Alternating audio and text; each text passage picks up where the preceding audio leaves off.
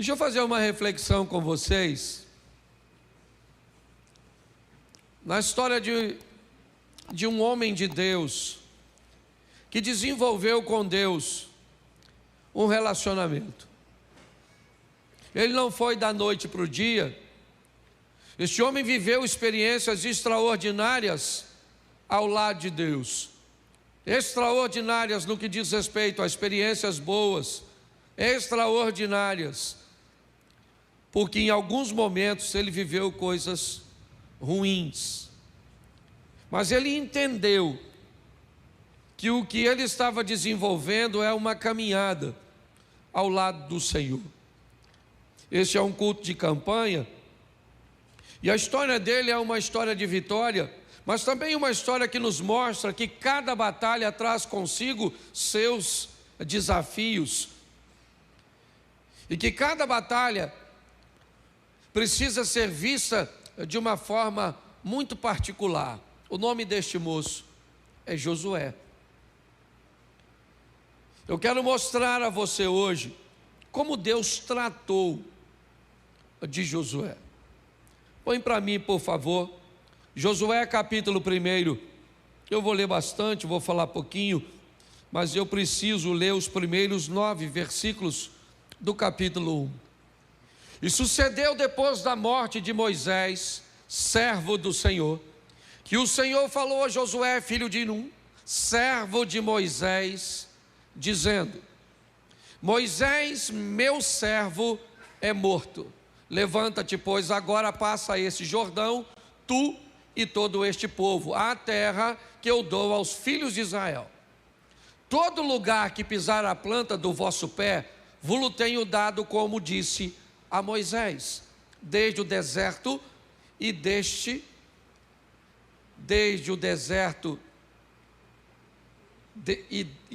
este Líbano até o grande rio, o rio Eufrates, toda a terra dos heteus, até o grande mar, para o poente do sol, será o vosso termo. Ninguém se susterá diante de ti todos os dias da tua vida. Ninguém te susterá diante de ti todos os dias da tua vida. Ninguém te susterá diante de ti todos os dias da tua vida. Como eu fui com Moisés, assim eu serei contigo. Não te deixarei, nem te desampararei. Esforça-te e tem de bom ânimo, porque tu farás este povo herdar a terra que jurei a seus pais lhes daria. Tão somente esforça-te e tem muito bom ânimo, para teres o cuidado de fazer conforme toda a lei que o meu servo Moisés te ordenou. Dela não te desvie, nem para a direita, nem para a esquerda, para que prudentemente te conduzas por onde quer que andares. Não se aparte da tua boca o livro desta lei, antes medita dele de dia e de noite, para que tenhas cuidado de fazer conforme tudo quanto nele está escrito, porque então farás prosperar o teu caminho, e então prudentemente te conduzirás. Não te mandei eu? Esforça-te e tem bom ânimo. Não pasmes, nem espantes, porque o Senhor, teu Deus, é contigo por onde quer que andares. Feche os seus olhos. Pai, em nome de Jesus, fala conosco, ó Pai, e fala conosco muito mais do que queremos ouvir, fala conosco o que precisamos ouvir. Usa-me como um canal de bênção nesta hora, pelo poder do nome de Jesus. Amém. Glória a Deus. Amém. Bom, eu queria chamar a atenção em primeiro lugar para a responsabilidade que caiu sobre este homem. Moisés sumiu, essa é a grande verdade. Ele simplesmente não foi visto, ele foi procurado por um tempo, não conseguiram achar. E este povo precisa de um novo líder. Alguém que está sendo preparado já há algum tempo, é verdade. Josué não é alguém que cai de paraquedas para liderar o povo. Nós não estamos lidando com um Deus irresponsável. Já faz um tempo que Josué está ao lado de Moisés, observando sua liderança, observando como ele agia. Deus faz questão de mostrar a Josué, e usa essa expressão 2 vezes: Moisés, meu servo, é morto. Moisés, meu servo. Me parece que Deus quer deixar bem claro a Josué que há um desnível entre ele que está começando e entre Moisés que está saindo de cena. Me parece que Deus quer deixar claro que, e ele diz isso, ele diz que Moisés é servo do Senhor e Josué é servo de Moisés. Preste atenção. Deus faz questão de dizer isso. O Moisés é meu servo, Josué. E você, até o presente momento, você era servo do meu servo. E eu vou te tratar assim até que você seja promovido a meu servo. Eu gosto disso. Dessa maneira coerente que Deus vai tratar. Deus vai fazer algumas promessas a Josué. O lugar que você botar a planta do seu pé, por quê? Porque ele está substituindo um estadista, um negociador. As batalhas enfrentadas por Moisés foram muito pequenas, basicamente insignificante ao número de batalhas, né, enfrentadas e vencidas por Josué. Josué entra para uma expansão que me parece que ainda vai ser acrescentada na gestão de Davi, que também foi um reino de expansão. Mas é importante quando nós vemos este camarada entrar em cena. Deus vai dar a ele promessas. O lugar que você botar a planta do vosso pé, eu vos tenho dado por herança. Eu preciso que você fique atento, que numa linguagem talvez hoje, principalmente no ambiente dos coaches, que você faça uma boa modelagem, que você copie, que você se oriente, que você se norteie em tudo aquilo que você viu meu servo Moisés viver. Olhe para meu servo e aprenda com meu servo a se tornar meu servo. É mais ou menos isso. É mais ou menos como se fosse nossa responsabilidade a ter um estilo de vida na igreja, onde o novo que chega olhasse para nós e entendesse que ele ainda não é um servo, ele é alguém que está sendo introduzido no ambiente para servir. Mas ao olhar aqueles que já servem, ele pode se espelhar neles. É mais ou menos isso. Começa a história, obviamente, recheado de promessas. Você contigo, quando fui com Moisés, ninguém vai se estabelecer diante de você. Assim como eu fui com Moisés, meu servo, eu serei contigo, não te desampararei. Eu preciso que você se esforce, eu preciso que você tenha ânimo. É uma palavra extraordinária, porque o cara entra em cena para dar continuidade ao que Moisés estava fazendo. Ele não está substituindo, se é que eu posso chamar assim, que ele não substitui Moisés, ok? Cada um tem sua função, mas ele vai dar sequência. Pastor, por que o senhor está fazendo tudo isso? Porque esse cara está cheio de promessa, e algumas delas não vão se cumprir na vida dele. Eu não sei se você reparou, mas existem algumas condições para que isso aconteça. Se você se mantiver no caminho, se você guardar as palavras, se você viver nos princípios, isso vai acontecer com você.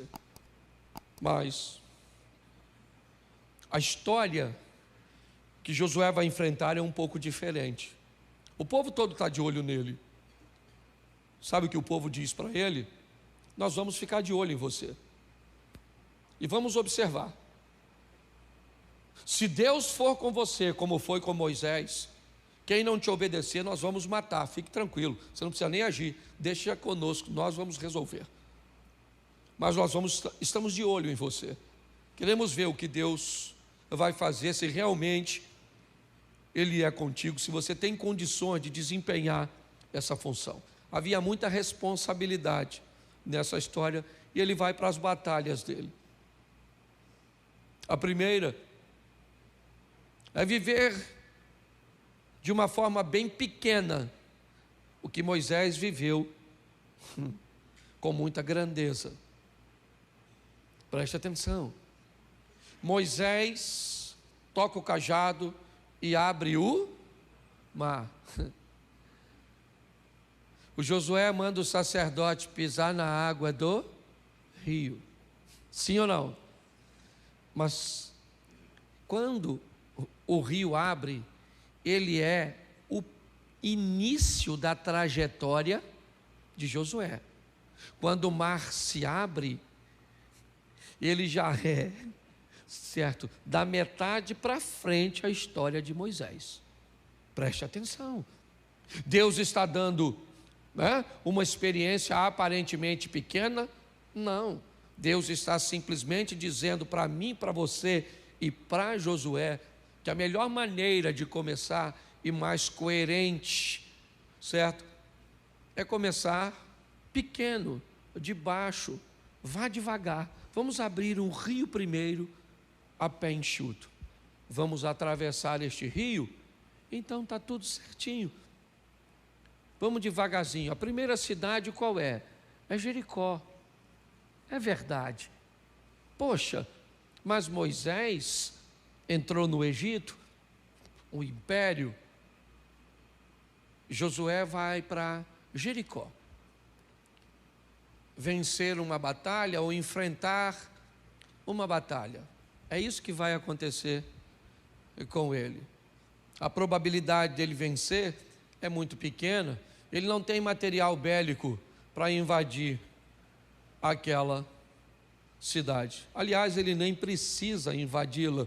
Se você conhece um pouquinho, não tem necessidade nenhuma, certo? Para chegar na terra prometida, ele não precisava vencer Jericó, algo minúsculo. Se hoje Jericó já é uma cidade pequena, aparentemente insignificante, certo? Sob a gestão dos muçulmanos, eu imagino naquela época o quanto menor ela era. Dava para passar largo, dava para passar distante, assim como Jesus resolve passar por Samaria e não tinha nenhuma necessidade de fazer isso, também não tinha necessidade de Josué enfrentar Jericó. O que Deus está mostrando é: meu filho, eu estou desenvolvendo com você um relacionamento. E este relacionamento ele vai crescer, ele vai se estabelecer, ele vai se fundamentar, mas vamos devagar. Cuidado para você não olhar para Moisés e achar que porque você andava com Moisés, foi só Moisés sair de cena que você já tem condições de fazer o que ele fazia. Nós não vamos tratar assim. A história de Moisés também foi muito morosa, foi muito vagarosa, certo? Às vezes nós olhamos para ele chegando nas pragas, mas ele foi criado de uma forma. Olha o tempo que ele fugiu para fazer um reconhecimento do deserto, cujo qual ele iria levar o povo.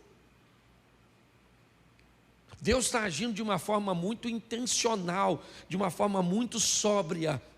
Hoje eu vejo pessoas não conquistarem suas vitórias, viverem em ciclos de derrotas. Servos de Deus, cheios de promessas, como Josué, mas às vezes sofrendo os desgastes e os desafios, e muitas vezes por erros próprios. Josué chega diante de Jericó e Deus vai mostrar ao povo: é só isso. Por que você não tem armas? Porque eu não quero que tenha armas. Por que eu vou botar o exército na frente, como foi o caso de Josafá, cantando? Porque eu quero mostrar para o meu povo que a vitória do meu povo vem das minhas mãos. Eu quero mostrar ao meu povo que é a obrigação dele fazer tudo o que pode. Mas meu povo tem que saber que faça sempre o que pode. Mas quando suas forças e estratégias não funcionarem mais, eu vou estar onde sempre estive, no trono da glória, no controle de todas as coisas. É isso que Deus está falando. Para que invadir Jericó? Vá lá e veja. Não faz sentido derrubar aquelas muralhas, a não ser para dizer a Josué, ao povo e a todas as nações vizinhas: este povo tem Deus. Se você pensa que Deus quer te dar vitória porque está focado apenas em você, você está equivocado. A vitória que Deus quer te dar tem o foco de que com ela outras pessoas observem e descubram que você só vence porque a misericórdia do Senhor trabalha a seu favor.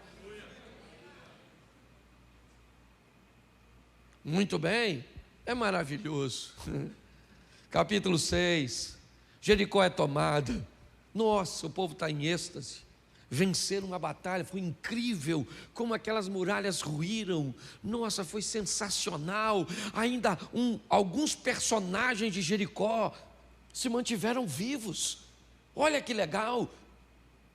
Por que é que você pensa que Deus deixou Raabe, a meretriz, e teve misericórdia dela? Porque ela trazia com seus irmãos e família a notícia de como era Jericó, de como ela era forte, como ela era, próspera para aquele momento.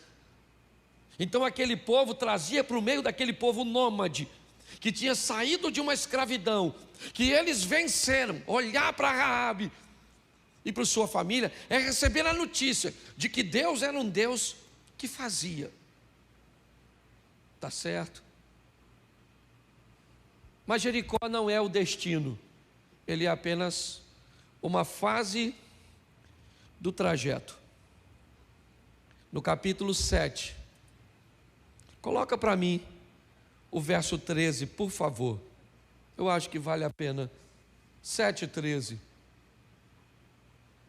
Levanta-te, santifica o povo, e diz: santificai-vos agora para amanhã, porque assim diz o Senhor Deus de Israel: maldição, anátema, há no meio de vós, Israel, diante dos vossos inimigos, não podereis sustentar-vos, até que tireis a maldição ou o anátema do meio de vós. Presta atenção que tem um texto aqui que ele entra em choque com aquilo que Deus falou no capítulo 1. Diante de você ninguém vai se manter de pé, Josué. Ninguém vai se manter de pé diante de você. E agora esse texto está dizendo: diante dos vossos inimigos você não vai poder ficar de pé. Olha uma contradição no que está sendo disso. Observe bem. Lá atrás eu disse: Josué, eu vou ser contigo, eu vou agir a seu favor, e ninguém vai suster-se diante de você. Beleza, aqui está dizendo: aí Josué, você não fica de pé diante de... O que mudou? Pare e pense. Diante de Josué agora tem uma nova batalha. Jericó é passado, pelo menos no que diz respeito à oposição. Jericó foi vencida. Ok? Talvez não na totalidade, porque Jericó ainda continua viva dentro do povo. Essa é a grande verdade. O povo agora tem o quê? Josué é um estrategista, ele é um militar, ele aprendeu com Moisés, assim como ele foi espia, agora ele também utiliza do mesmo sistema. Utilizou em Jericó e utiliza em Ai. Agora um lugarejo pequeno, aproximadamente 3.000 pessoas, maioria mulheres e crianças. O que Josué faz? Manda seus batedores irem à frente e sondarem o ambiente e ver o que é que está à frente, para que quando o povo chegasse preparado, para que não houvesse surpresa. Eles foram e voltaram trazendo a notícia: uma cidade fraca, mulheres e crianças, a maioria. Não fadigue ali todo o exército, mande apenas 3.000 homens. Presta atenção, eles vão com força máxima já. Lá tem 3.000 pessoas, onde a maioria são mulheres e crianças. E os homens, eles não vão tratar Ai de qualquer forma, não. Eles mandam 3.000 soldados. É um soldado para cada homem, um soldado para cada mulher e um soldado para cada criança. Eles vão com força total. Qual é o problema? É que é outra batalha. Qual é o problema? É que eles vão perder essa. Essa batalha eles vão perder. Por um simples motivo: cada batalha traz consigo seus desafios. Cada batalha vai ser encarada de acordo com o momento que você está vivendo. Você é capaz de vencer algo muito grande, dependendo do momento, e sofrer por algo bem pequeno, dependendo do momento. Se nós queremos vencer, precisamos entender isso. Por que que esse cara vai viver tudo isso? Porque Deus quer fazer dele seu servo. E um servo de Deus precisa aprender uma coisa: ele só vence porque Deus é com ele. Não interessa o tamanho do inimigo. Se Deus não for com você, você perde para um resfriado. Ele se desenvolve para uma pneumonia, para uma tuberculose, e ele mata você. Se Deus não for contigo, um estresse, um cansaço simples conduz você a uma síndrome do pânico. Conduz você a um ambiente mental que você morre definhando. Se Deus não for contigo, a notícia de um câncer pode te desestabilizar de uma forma tão intensa que você viveu 20 anos com câncer e ele te mata em 40 dias. É isso que Josué está aprendendo. Tem algo grande, intransponível, nossa, fantástico. Fique tranquilo, Josué. Eu vou derrubar as muralhas e você vai vencer. Mas agora a cidade é pequena, não precisa mandar todo mundo. Não é assim, Moisés. Ou não é assim, Josué. Não é assim. Não é o tamanho do inimigo, não é o tamanho do problema, não é o tamanho da adversidade, é a minha presença. Se a minha presença for contigo, ninguém consegue se manter de pé diante de você. Então, Josué, eu preciso saber como é que você lida com os problemas que as pessoas cujas quais você lidera vai criar para você. É isso. É só isso. Vamos lá.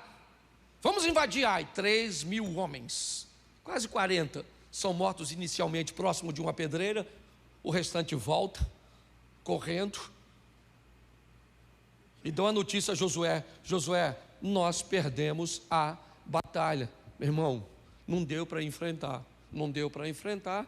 O Josué vai para Deus, porque Josué sabia: se vaza a notícia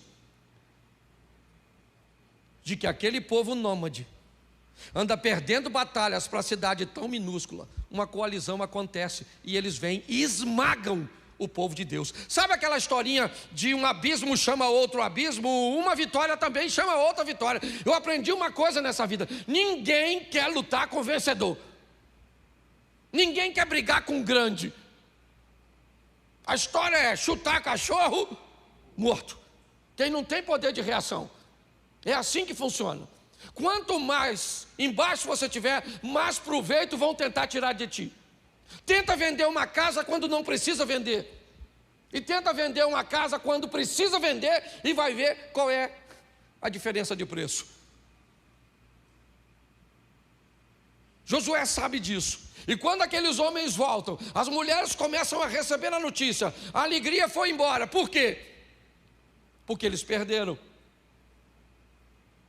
E aí Josué vai para Deus: Senhor, onde estão suas promessas? Não seria melhor ter ficado lá do outro lado?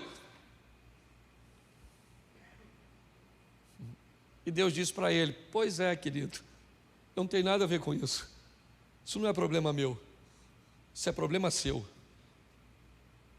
Tem uma maldição no meio do povo, e tem alguém que fez algo que não deveria ter feito. Então eu vou falar uma coisa para você, Moisés: a partir de hoje, você não ganha de ninguém mais.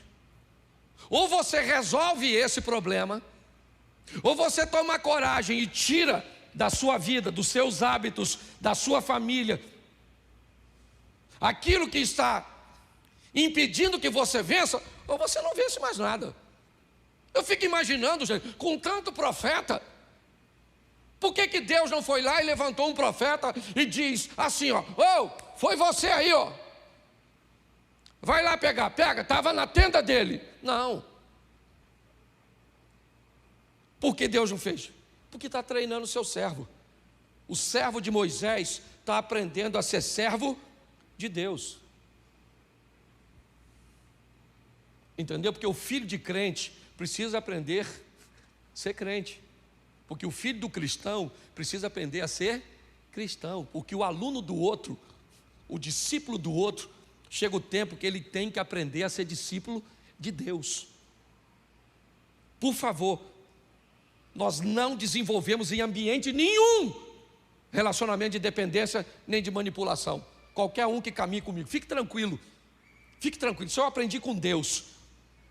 Eu sou hiper, ultra tolerante.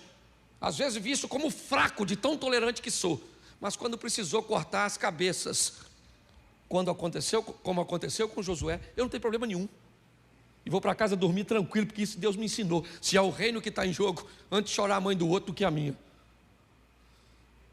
Deus está ensinando isso para esse cara. Eu não vou ser com você, não vou. Ah, mas é uma cidade pequenininha. Não interessa o tamanho do obstáculo. Se eu não for com você, você não vence. E procure, está aí no meio de você. Tenha coragem e ache. E outra coisa, mate todo mundo a pedrada, certo? Taque fogo, porque se você não tiver coragem de fazer isso,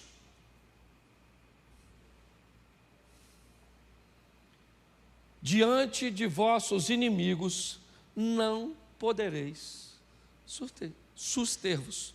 Só isso.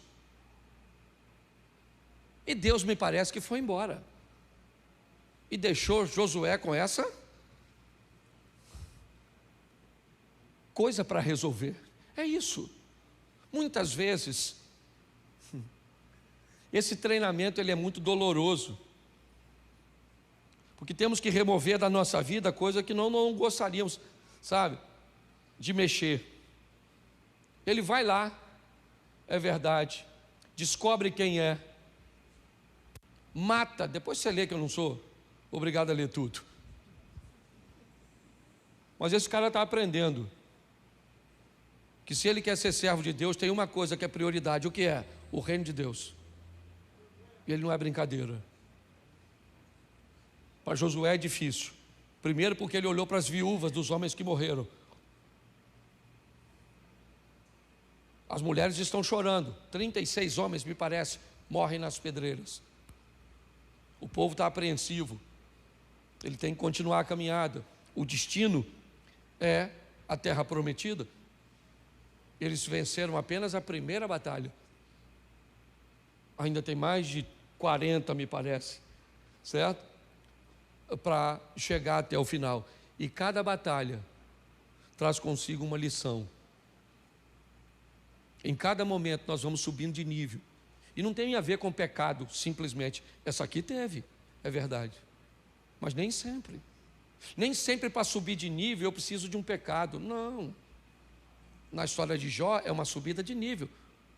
42, verso 5, me parece. Eu só te conhecia de ouvir, mas agora os meus olhos. Ele está descrevendo 2 tempos da sua vida. Um tempo de passado, onde a crise ainda não tinha chegado. E a crise foi por desobediência? Foi por maldição, anátema? Não. Foi para promover. Então, se eu vou lidar com Deus, eu preciso saber que tipo de crise eu estou enfrentando. Porque para todas as pessoas, todas as crises são motivos de pecado. O que você está fazendo? Algo. Às vezes não tem pecado nenhum e você vai enfrentar uma crise. Você vai enfrentar uma dor, você vai enfrentar uma perda. Porque Deus está te forjando, levando você para um próximo nível de relacionamento com Ele. Agora no capítulo 8, coloca aí verso 1. Coloca 1. 8:1. Então disse o Senhor a Josué: não temas e não te espantes.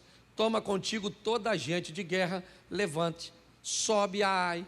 Olha que te tenho dado a tua mão o rei e o seu, e a sua,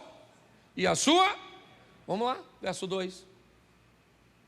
Farás, pois, a Ai e a seu rei, como fizeste a e a seu, salvo que para vós salvo que para, saqueareis os seus e o seu. Presta atenção. Eu gosto da motivação. Entra em Jericó e não pega nada. Tudo que tiver ali é meu. O restante mata. Agora Deus diz, faz o seguinte, leva todo mundo e diz para eles o seguinte: mata tudo e o que você pegar é de vocês. Uma batalha você não fica com nada, a outra batalha você fica com o que você puder. Cada batalha traz consigo o seu desafio. Ele vai agora com força total contra Ai. E ele perdeu a batalha, mas venceu a guerra. O desafio da nossa vida é entendermos que nós estamos envoltos numa guerra. Todos os dias estamos em guerra com o mundo espiritual. Em alguns momentos, o mundo espiritual transporta essa guerra para o mundo físico. E aí você tem que se deparar com a doença no seu filho, com uma oposição clara, velada. Mas a guerra existe todos os dias, todo momento. E ela tem um propósito, essa batalha. Qual é? Nos aproximar cada vez mais de Deus. De batalha em batalha, Josué vai aprendendo, vai se aprimorando. Ele vai entendendo como se relaciona com Deus, o tipo de pessoas que ele precisa ter ao seu lado, como ele precisa decidir muitas vezes e tirar situações. Há ocasiões que ele opta pelo silêncio e não fala nada com ninguém. Há ocasiões que ele abre e chama um grupo e expõe as suas necessidades. Josué é alguém que mostra que quem quer viver com Deus a sério precisa começar pequeno. Precisa entender que no começo você não entende muita coisa, você não tem muita experiência, mas que ao longo do tempo é necessário que essas experiências vão acontecendo, para que nós possamos criar em nós um ambiente de vitória. Hoje, algumas pessoas não sabem o que fazer quando perdem, não sabem como se comportar mediante uma crise, não tem coragem às vezes para tirar alguém ou alguma coisa da sua vida, e continuam mesmo sem Deus tentando vencer. Parece que levam sua vida brincando. A vida não é brincadeira. Quanto mais rápido você aprender isso e tratar com mais seriedade a sua vida, porque ela é sua, se você não cuidar dela, ninguém vai fazê-lo. O casamento é seu, ou você cuida dele, ou ele vai para o brejo. O filho é seu, pode ter certeza, porque o diabo levanta todos os dias com toda a sua força para nos destruir. Se a misericórdia do Senhor não fosse conosco, nós não estaríamos de pés. Essa é a grande verdade. Então, a cada dia eu vou crescendo, a cada dia eu vou me aprimorando, a cada dia eu vou me aproximando de Deus. Por quê? Porque eu sei que sem Ele eu não vou a lugar nenhum. A força que eu preciso está nele, a direção que eu preciso está nele. E deixa eu fechar aqui falando algo a vocês. Deus, para agir nas pessoas, Ele age de diversas maneiras, de diversas formas. E quanto mais rápido você descobrir como Ele vai agir na sua, para nós, aqui no projeto, e aí eu falo, como pastor da igreja, quanto mais sóbrio você for, quanto mais assertiva for as suas decisões, quanto mais coragem você tiver, às vezes vai te faltar ânimo, mas você tem que ter coragem, Às vezes você vai ter ânimo, mas não vai ter coragem. Nem sempre ânimo e coragem estão juntos. Mas a minha pergunta é: quem é o responsável por sua vida, a não ser você? Pare e pense, você está satisfeito com aquilo que você está vivendo? Porque Deus não muda, não há sombra de variação nele. Como eu disse, não tem a ver comigo, não tem a ver com você, tem a ver com quem está perto de você. O que Deus quer é se revelar para o seu mundo. Ide por todo o mundo e pregai o Evangelho. Mundo, o seu mundo, ele é seu, ele não é meu. Você vai sair daqui e vai lidar pelo menos, sei lá, com 10, 20, 30 pessoas que eu sequer sei o nome, que eu nunca vi. Vizinhos, amigos, colegas de trabalho. Quem são esses? Esses fazem parte do seu mundo. E o que eles precisam? Eles precisam ver uma luz que Deus colocou em você. Para isso nós precisamos nos posicionar, porque as pessoas precisam disso. Se você tem dons, revelação, se você vê anjo, se você é profeta, se você é ministro, se você é pregador, se você canta, se você toca, se você ensina, eu não sei quem é você, seja você quem for, você é uma peça dessa quebra-cabeça que tem o propósito de mostrar para as pessoas que Jesus Cristo é o Salvador. Isso fica muito mais fácil quando a sua vida vai bem encaminhada. Primeira coisa, nunca queira mostrar para as pessoas uma realidade que não é a sua.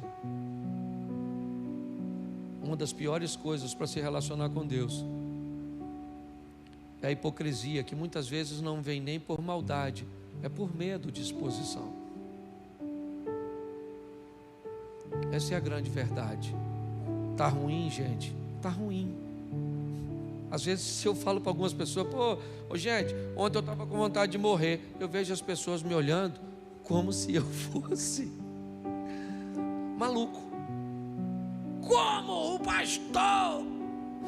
O pastor às vezes tem vontade de morrer, não tem vontade de vir na igreja, tem vontade de sumir, às vezes não tem dinheiro para pagar algumas coisas, briga com a mulher, tem problemas com os filhos, fica doente, mas não pode falar, né, gente? Porque se falar, Cid, sabe, fica feio, vai queimar a imagem da gente. Pois é, pense mais na sua aparência do que na sua realidade, e você vai ver onde é que você vai parar. É lógico, você não precisa abrir sua história para todo mundo. Às vezes eu falo de uma forma superficial, mas para poucas pessoas, pouquíssimas pessoas sabem que eu enfrento o que eu enfrento. Eu tenho um cara em Brasília, um daqueles sabe, aquele que ele pode ligar e falar o que está acontecendo no casamento, no ministério, nos filhos, com dinheiro, com tentação, com tudo. Eu não posso pegar alguém de perto, então eu peguei alguém de longe, mas tem que ter alguém onde você trate sua realidade, porque se você não fizer, o diabo vai se aproveitar disso e ele vai pegar você.